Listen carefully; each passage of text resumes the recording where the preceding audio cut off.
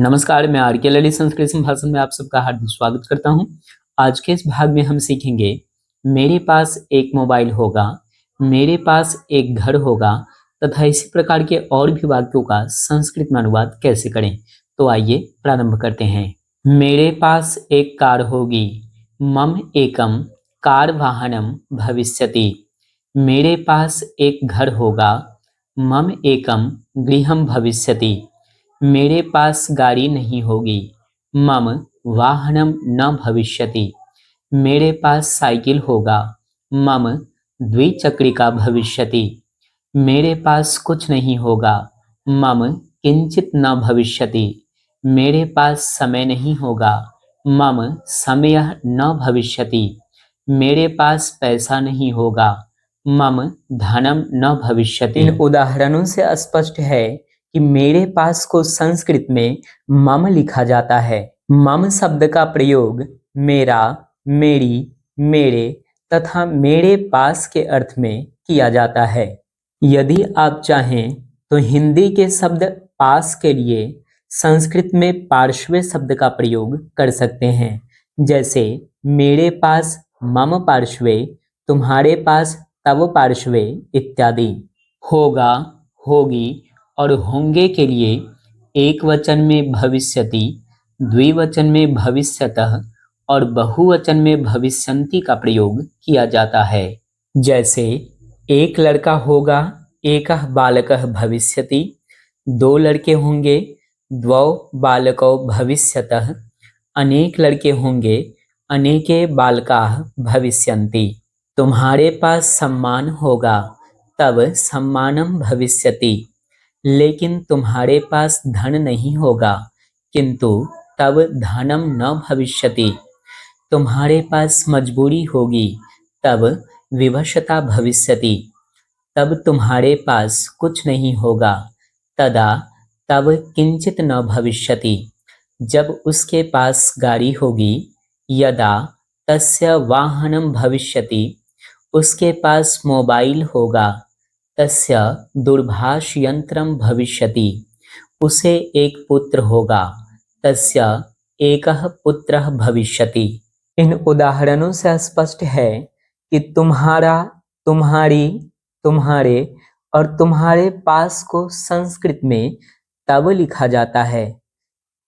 Pulling में दो के लिए द्वौ, स्त्रीलिंग में द्वे और नपुंसकलिंग में द्वे लिखा जाता है।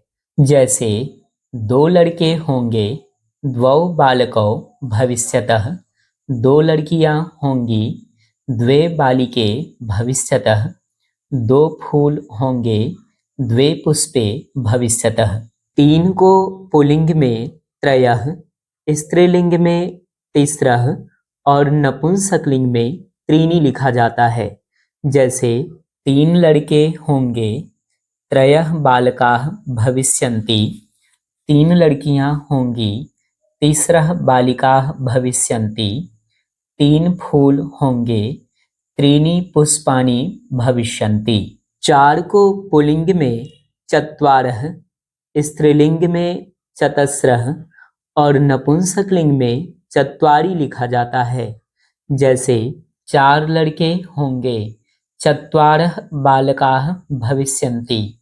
चार लड़कियां होंगी, चतस्रः बालिकाः भविष्यन्ति। चार फूल होंगे, चत्वारि पुष्पाणि भविष्यन्ति। उसके पास कहने का अर्थ यदि किसी लड़के के पास हो तो तस्या, और यदि किसी लड़की के पास हो तो तस्याः शब्द का प्रयोग करेंगे। अर्थात तस्या शब्द का प्रयोग पुल्लिंग में और तस्याः शब्द का प्रयोग स्त्रीलिंग में किया जाता है। मोहन के पास सब कुछ होगा, मोहनस्य सर्वं भविष्यति। किंतु अजय के पास कुछ नहीं होगा, किंतु अजयस्य किंचित न भविष्यति। ललिता के पास क्या नहीं होगा, ललितायाः किम न भविष्यति। रागिनी के पास एक पुत्री होगी, रागिन्याः एका पुत्री भविष्यति। मधु के पास एक मित्र होगा, मध्वाः एकम मित्रम भविष्यति। लड़के के पास हिम्मत होगी, बालकस्य साहसः भविष्यति। क्या लड़की के पास बुद्धि होगी? किम बालिकायाः बुद्धिः भविष्यति? इन उदाहरणों से स्पष्ट है कि यदि किसी संज्ञा के बाद के पास लिखा हो तो के पास के संस्कृत अनुवाद के लिए उस संज्ञा को षष्ठी विभक्ति में लिख दिया जाता है। जैसे अजय के पास अजयस्य, मोहन के पास मोहनस्य, रागिनी के पास रागिन्याः, मधु के पास मध्वाः इत्यादि। किसी शब्द को षष्ठी विभक्ति में कैसे लिखा जाता है, यह जानने के लिए प्लेलिस्ट में जाकर षष्ठी विभक्ति वाला वीडियो अवश्य देखें। आज के लिए बस इतना ही। आप अपनी समस्याओं को कमेंट में जरूर लिखें। शेष अगले भाग में सीखेंगे। तब तक के लिए आर के ललित को दीजिए अनुमति। नमस्कार।